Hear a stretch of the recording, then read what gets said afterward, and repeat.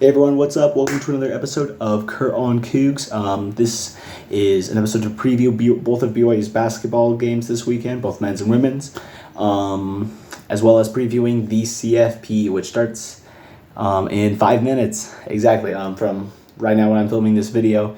Indiana taking on Notre Dame. Exciting matchup. Lots of exciting matchups in the CFP. I think I did the math in 11 games. 11 playoff games, which in my opinion is just straight up awesomeness. Because back with the 4-team playoff model, that was just 3 games. Some years, honestly, it was pretty disappointing. 2 of the games would be blowouts. So, yeah, really excited to see what happens this year. I think it's going to be a lot of fun. And so, yeah, but going to BYU football to start with, there has been some news throughout the week there. In the transfer portal, some guys leaving, some guys staying. Since last time, nothing too shocking. I'm not overly concerned about any of this. This is pretty natural. You know, guys figure out where they are on the depth chart, of course.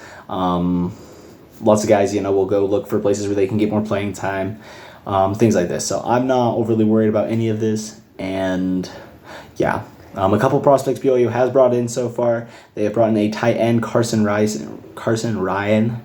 There we go.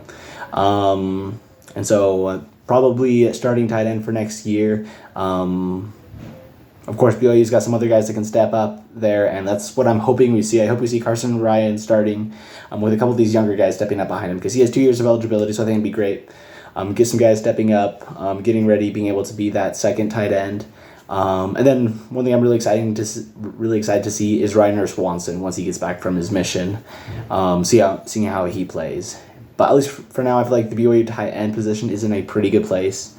And they also brought in a lineman from Southern Utah. I do not remember his name, but definitely an exciting prospect there as well. I think the guy might have been on one of the what do they call it? The Big Sky. That's right, the Big Sky Conference. That's what SUU's in.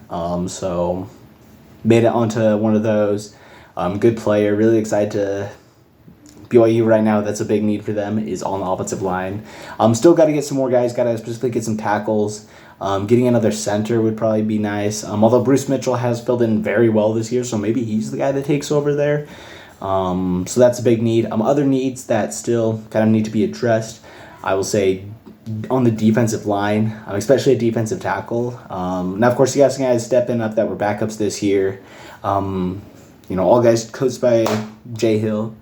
And so, yeah, overall, I'm confident in the guys stepping up. I feel like it would be nice to bring in 2, maybe even 3 guys out of the portal to beef up that front 7. Because especially for next year, looking like it's decently likely that BYU will have all 3 linebackers coming back. Of course, Jack Kelly could go to the draft.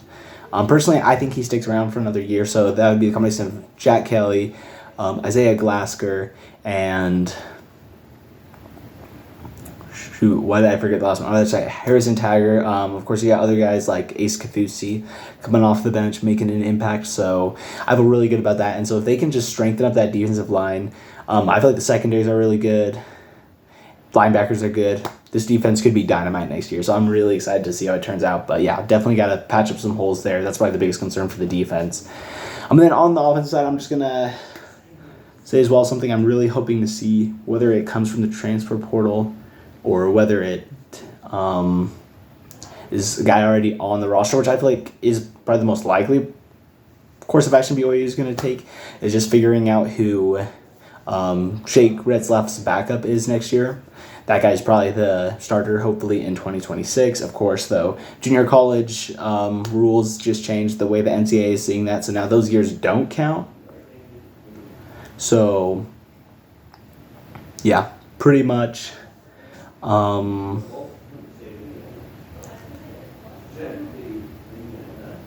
Sorry. Just totally blanked out for a second there. What was I talking about? Okay. Here we go. Oh, yeah, that's right. Quarterback. You got to figure out, I feel like, who. So, Jake could go for. Personally, I don't see him going any more than maybe 2 more seasons. Personally, I think what would be best for both him and and the football program would be if he were to go into the NFL draft at the end of this season, be drafted. For one thing, that raises the program's brand, as well as that'd be good for his career. Good to have a guy in the NFL succeeding. But a couple guys on the roster to look at that might be able to step up into that backup spot after, Gary Bohannon, of course, graduates, would be McKay Hillstead, a transfer from Utah State, as well as Trayson Burgess. Either of them. I know BYU's bringing in a recruit from Oregon. So, hopefully some good competition there to produce a good backup future starter. So, really excited to see how that goes. Now, diving into these basketball games for this weekend, we are going to start with BYU men's basketball since their game happens first. It happens tonight at 7. So 1 hour from right now when I'm filming this. And they will be playing against the Florida A&M Rattlers. And this is a game that BYU, big favorites in, favored by 34.5. And Rattlers come in with a 3-6 record. So this is a game BYU very heavy favorites in, a game that I definitely feel like they should win. And so my key deciding factors, for this game, I'm going to go with, I think BYU needs to keep up with the rebounding. You need to rebound well. That's one way that inferior teams can get in a game, is just winning that rebounding battle. And then as well, I think BYU just needs to convert on their best opportunities. You got to be hitting shots from up close. You got to be shooting well from the free throw line. I feel like if the BYU does those things, I think they cover this. Personally, I think they cover this spread. 34.5. Pretty big spread. Personally, I think BYU covers it. I think they have a great game out there. Don't know if Jaeger Demon's going to be back for this one or not. So that one's going to be interesting to see. But either way, I feel like BYU rolls in this one. And so, now BYU women's basketball tomorrow at 2 p.m. taking on Arizona, the Wildcats. This matchup's going to be a lot closer, I feel like. And that's exactly what the ESPN analytics predictor says. It gives Arizona a 50.6% chance to win this game. And so, so this right here is very much a matchup that can swing either way, basically a coin flip. Both teams coming in on winning streaks. BYU has won their last 3, beating UTEP, UVU, Washington State, while Arizona has beaten University of California, Santa Barbara. Is that who that is? I do not recognize that logo. Okay, whoever CSUB is, and Weber State. So, tough game here. Starting Big 12 play, of course. Personally, I think the Cougars come out on top on this one. And my reasoning is simply that I feel like their paint play is really, really good. They got some guard plays solid as well. This is in Provo.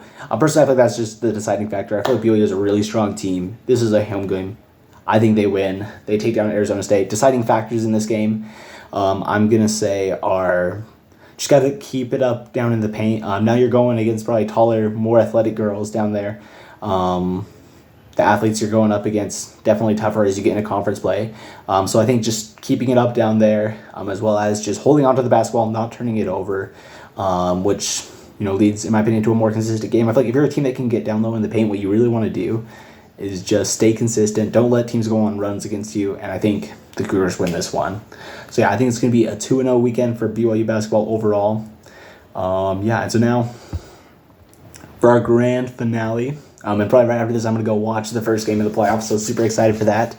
But my playoff predictions, I'm just going to go through those real quick. And so in the first round, you got Clemson versus Texas. Clemson, really good team, really solid. But Texas, in my opinion, one of the best in the country. This team is really good. Good offense, good defense. I think they roll. They win this one. Moving on to our next first round matchup, we got Tennessee versus Ohio State. And two really good teams. But Ohio State, besides that disappointing loss against Michigan, other than that, they've been on a roll, been playing really well. with their one other loss coming by 1 point to Oregon. So I think they advance to the next round. They beat Tennessee. SMU Penn State, this one's a little interesting. My personal prediction is I think SMU is going to come out on top in this one. And here's why. I've seen Penn State throughout this year just struggle with opponents they should not be struggling with. They're definitely vulnerable. SMU coming in maybe with a little bit of a chip on their shoulder after having had lost the ACC title game. And I know they're playing at Penn State. That's a tough atmosphere. It's going to be snowy. It's going to be tricky up there for them. But SMU's got a really good offense, and I think they were undefeated until their conference championship game. So I think they pulled this one out. Undefeated outside of a loss to BYU. So I think they win this game and they advance to the Fiesta Bowl in that case. And so then tonight's game, Indiana versus Notre Dame.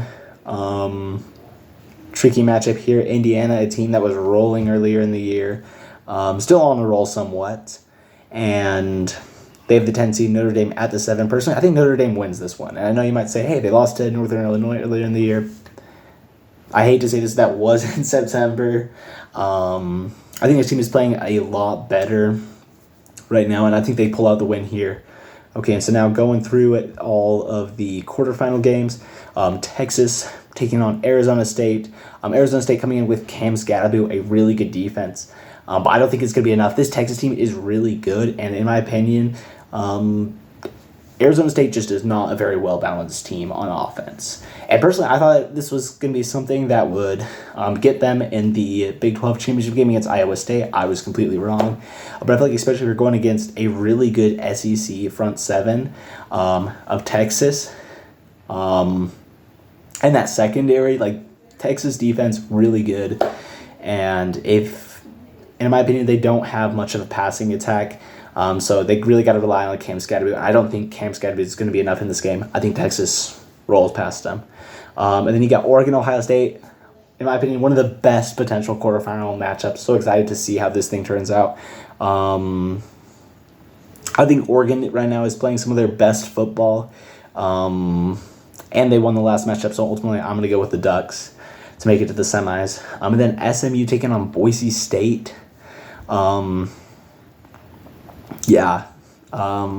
This is going to be a really fun matchup.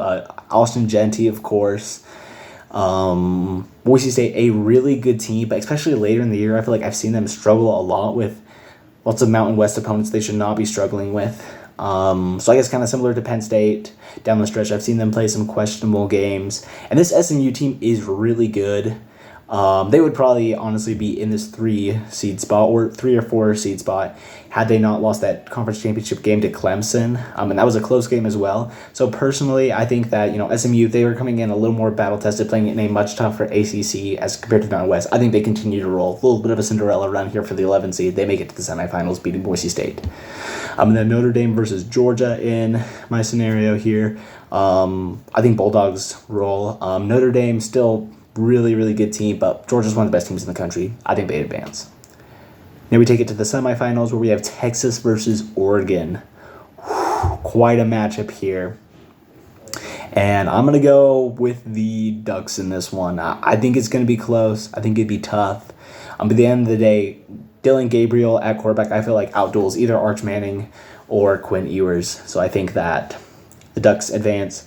And then Georgia versus SMU. SMU so far with a great run. But Georgia, once again, one of the best teams in the country. I think they advance. So now we have the Ducks versus the Bulldogs in the conference championship game. And in my opinion, I think that this one would be very, very close. But ultimately, Oregon, I feel like all season long, or at least for the last 6 or so weeks, has looked like the best team in the country. And I think that's what they are. I think they win the CFP. So that's my prediction right there. And so, I think Oregon wins this whole thing. And, it'll be exciting to see. And, I'll probably come back sometime next week to give a preview for the BYU versus Colorado Bowl game. I'm very excited for that. But, also very excited to see how BYU men and women's basketball do, how the first CFP games go. So, see you next week. Let's go, Cougs.